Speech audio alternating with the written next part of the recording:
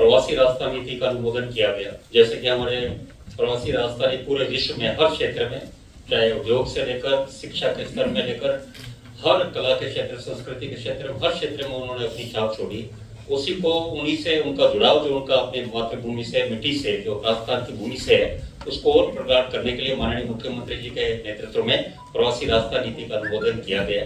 जैसे कि बताया कि सामाजिक, सांस्कृतिक और आर्थिक जुड़ाव को बढ़ाने के लिए ये नीति लाई गई है और विशेष 5 पिलर्स, 5 स्तंभ पर ये हमारी नीति है, जिसमें पहले है ABCDE: accelerate, bridge, celebrate, drive and ensure. ABCD इस पर आधारित है। मुख्य उद्देश्य ये कि जो हमारे अप्रवासी राजस्थानी NRR हैं वो इन्वेस्टमेंट करें, ज्यादा से ज्यादा निवेश भी करें, ताकि उस माध्यम से यहाँ पे उनका राजस्थान भूमि से भी जुड़ा हो। उसमें उनके सुविधा के लिए सरकार द्वारा NRR इन्वेस्टमेंट फैसिलिटेशन सेल स्थापित किया जाएगा और साथ ही कि उनसे लाइसेंसिंग के लिए, उनसे लगातार संपर्क के लिए, उनके समस्याओं के समाधान के लिए इन्वेस्टमेंट लाइसेंस ऑफिसर भी निवेश प्रस्तावों की निगरानी प्रवासी मिलन कार्यक्रम के लिए भी नियुक्त किए जाएंगे। और विशेष ये कि इन्वेस्टमेंट कोऑर्डिनेटर्स के साथ उद्देश्य ये कि हम चाहते हैं कि प्रवासी राजस्थान उन क्षेत्रों में भी जहाँ राजस्थान और आगे क्षेत्र में बढ़ सकता है उसमें निवेश करें। विशेष जैसे चिकित्सा क्षेत्र में PPP मॉडल है, संयुक्त अनुसंधान है, टेलीमेडिसिन है, जिसका बड़ा भविष्य है। तो उद्देश्य माननीय मुख्यमंत्री जी का ये कि जितने हमारे प्रवासी समुदाय हैं उनके योगदान को सम्मानित भी किया जाए। उसके लिए प्रवासी राजस्थान दिवस है, उसका भी भव्य रूप में आयोजन किया जाए। ये पहली बार ही मेरे को लगता है कि राजस्थान सरकार इस तरह के कार्यक्रम आयोजित कर रही है, जिससे प्रवासी राजस्थान का मान सम्मान, जो काफी समय से उनकी बात रहती थी कि साहब हमारे लिए सरकार कुछ प्रयास नहीं करती, तो माननीय मुख्यमंत्री जी विशेष प्रवासियों के लिए राजस्थानी नीति लेकर आए हैं, उसमें निवेश के लिए और साथ में उन प्रवासियों के लिए, जिसमें एक विशेष उद्देश्य ये भी है, सेलिब्रेट राजस्थान। सेलिब्रेट राजस्थान मतलब हमारी राजस्थान की संस्कृति का विश्व में, देश में, विदेश में जो हमारे त्योहार है, जैसा कि आपने मीडिया के माध्यम से हमने देखा और सबको याद है कि माननीय प्रधानमंत्री जब विदेश यात्रा में गए तो कई जगह राजस्थानी पारंपरिक नृत्य करके, गीत गाकर उनका स्वागत किया गया। तो इसी कड़ी में और हमारे तीज त्योहार, गणगौर, मकर संक्रांति जैसे विभिन्न धार्मिक और सांस्कृतिक त्योहार है जो पूरे विश्व में जहाँ भी हमारे प्रवासी रहते हैं, देश में रहते हैं, उनको मनाया जाए। और विशेष जिस तरह चिकित्सा का हमने बात रखी, उसी तरह विशेष ये भी रहेगा कि जहाँ पे भी प्रवासी राजस्थानी विद्यालयों के लिए, महाविद्यालयों के लिए निवेश करना चाहे, उनको भी प्रोत्साहन दिया जाएगा। इसके साथ साथ एक और हमारी कैबिनेट में अनुमोदन हुआ है, राजस्थान ट्रेड प्रमोशन पॉलिसी 2025। इसमें विशेष उद्देश्य छोटे व्यापारियों को लेकर, क्योंकि हमारा प्रदेश में हम देखते हैं कस्बों में, गाँव में, शहरों में छोटे छोटे व्यापारी हैं, उनके लिए भी हमारे माननीय प्रधानमंत्री से लेकर माननीय मुख्यमंत्री जी लगातार गंभीर है। उनको जितना भी हमारे सरकारी योजनाओं के माध्यम से लाभ मिल सके, उसी कड़ी में ये नीति लाई गई है, राजस्थान ट्रेड प्रमोशन पॉलिसी 2025, उसका भी अनुमोदन हुआ। इसमें विशेष ये है कि जितने भी खुदरा और थोक व्यापारी है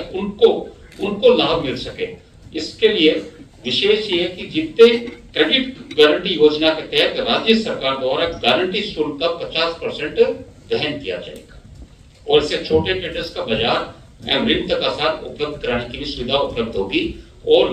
नए माइक्रो ट्रेड इकाइयों को कंपोजिट लोन पर 5 वर्षों तक अधिकतम 6% ब्याज पर अनुदान भी प्रदान किया जाएगा। और इस नीति में जो माननीय मुख्यमंत्री जी लगातार फोकस करते रहे हैं, ईज ऑफ डूइंग बिजनेस सुधारों में भी महत्वपूर्ण स्थान दिया गया है, जिससे कि छोटे व्यापारियों को लाभ मिल सके। एक और महत्वपूर्ण नीति का अनुमोदन कैबिनेट में किया गया, राजस्थान पर्यटन नीति 2025। जैसा कि दुनिया में पर्यटन सबसे बड़े व्यवसाय के रूप में उभर रहा है, बहुत से देश ही पर्यटन के सारे चल रहे हैं और हमारा प्रदेश आज देशी पर्यटक और विदेशी पर्यटक में मिलाकर 5वें नंबर पर हमारा राजस्थान प्रदेश है। इसको हम किस तरह टॉप 2 में लेकर जाए, उसी कड़ी में माननीय मुख्यमंत्री जी के मार्गदर्शन में नीति तैयार की गई है, जिसमें हमारे और जिस तरह हम पर्यटकों को सुविधा दे सके उसी परिकल्पना को साकार करते हुए नीति लाई गई है, जिसमें विशेष धार्मिक पर्यटन पर भी विशेष फोकस किया गया है। आज के समय में जिस तरह माननीय प्रधानमंत्री जी का फोकस है कि हम अपने देश में ज्यादा से ज्यादा घूमें, और देश में भी ज्यादा से ज्यादा हमारे वो धार्मिक स्थल है। और ये इसलिए भी विशेष नीति का इस समय माननीय मुख्यमंत्री का जो नीति लाए उसका महत्व तो और ज्यादा बढ़ जाता है कि हमने देखा हाल के दिनों में किस तरह युवा और जो नव वर्ष पर जो पार्टी करने के बजाय धार्मिक स्थलों पर पर्यटन मंदिर पर जाने लगे हैं विशेष उत्सव पर, तो ये उस नीति को और आगे बढ़ाने के में ये कदम है। इसमें धार्मिक स्थल क्षेत्रों के आसपास पर्यटन हब की स्थापना, शौर्य सर्किट, ये भी एक विशेष है कि जो जिस तरह हमारे राजस्थान वीरों की भूमि है, शौर्य सर्किट भी स्थापित करके ताकि वीरों को भी नमन हो और जो देश विदेश से आए देखे उनको भी एहसास हो कि यहाँ के युवाओं ने, यहाँ के सैनिकों ने किस तरह मातृभूमि के लिए बलिदान दिया है। बर्ड वॉचिंग सर्किट ये भी है, projection mapping and light and sound show, इस तरह अनेक Rajasthan travel card, home stay, इस तरह अनेक इसमें नीति में इसमें समायोजित है। और विशेष ये कि स्पेशल टूरिस्ट जोन बनाने का भी इस नीति में है प्रायोजित। इसमें स्पेशल टूरिस्ट जोन बनाए जाएंगे जिसमें STZ, जहां पर विशेष फोकस कर पर्यटनों को और निमंत्रण किया जाए उस क्षेत्र में देखने के लिए। और पर्यटन सुरक्षा, ये भी एक बहुत बड़ा विषय है कि पर्यटन सुरक्षा, जो हमारे यहाँ इतने पर्यटक है उनको एक सुरक्षा की भावना हो कि हम राजस्थान में आए तो हमें सुरक्षा की भावना, उसके लिए माननीय मुख्यमंत्री जी के नेतृत्व में 24x7 कॉल सेंटर स्थापित किया गया जिसमें